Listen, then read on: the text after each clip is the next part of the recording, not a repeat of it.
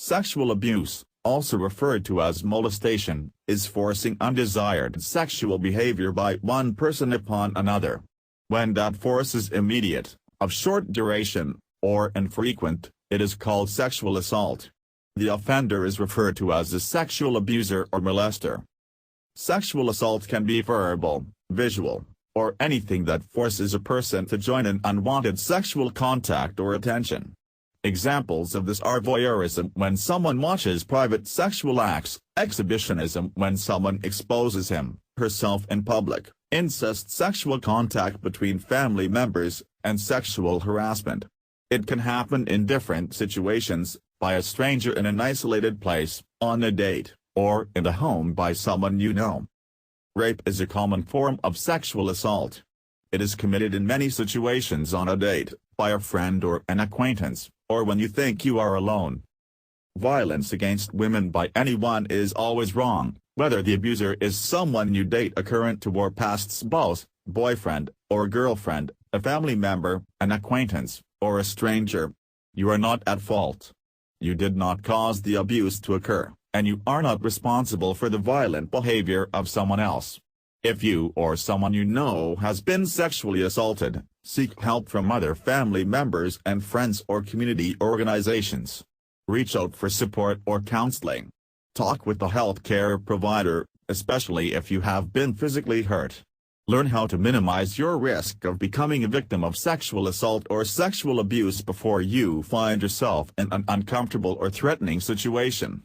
And, learn about how to get help for sexual assault and abuse below. Another important part of getting help is knowing if you are in an abusive relationship. There are clear signs to help you know if you are being abused. Rural India has a population of 449 million females. The literacy rate of rural India is 68% as on 2014. Though 2 out of every 3 females are literate in India, such a ratio doesn't hold good in parts of Bihar, Rajasthan and Northeast. Though the overall literacy rate has increased in rural India over time, the percentage of women sent for higher education is less. Having less educational background, these women have less or no voice or confidence of their own to stand up for themselves when an event of rape or molestation occurs. Over here the term public place may hold little meaning when the exposure to the females is restricted to village well and their houses. The existence of parallel government of panchayats doesn't help the case of females. Molestation or rape attempts are rarely reported to the police in the area. The matter is usually taken up by the elders. Women are kept tightly under the control of men, showing the uber male motive of dominance. Where females are married off at a young age, sold in exchange of goods, beat senseless by their drunken husbands, or forced to practice polygamy in vision of the swindling sex ratio, the rural females had to bear the brunt of the highly corrupt society. All these are examples of molestation in various forms and faces. The recent Bad Dawn case in which 2 teenagers were raped and hanged reflects the same. Urban India has a population of 166 million females. Housing nuclear families of mixed origin and culture, we can see heterogeneous population in cities like Mumbai, Delhi, Bangalore etc. Here females have better access to education, health and security. They are sent to pursue careers. Their voices are respected and heard. Public place molestation cases are hence frequent, and 90% of them are reported in which accused are caught and punished. The term public places include the bus stops, schools, colleges, trains and a horde of places where a female can be alone or with company. It doesn't dissuade a psycho to tease or physically abuse a female. The recent events of child molestation in Bangalore school proves it. The Nirbhaya rape case shocked the entire nation for the brutal manner of assault in a metro city like Delhi. Crimes of molestation against men by men, women that have happened in India are of a ratio of 0.25% out of the total cases reported. In such cases the harassed men were children and those who oppressed them were their own family or teachers.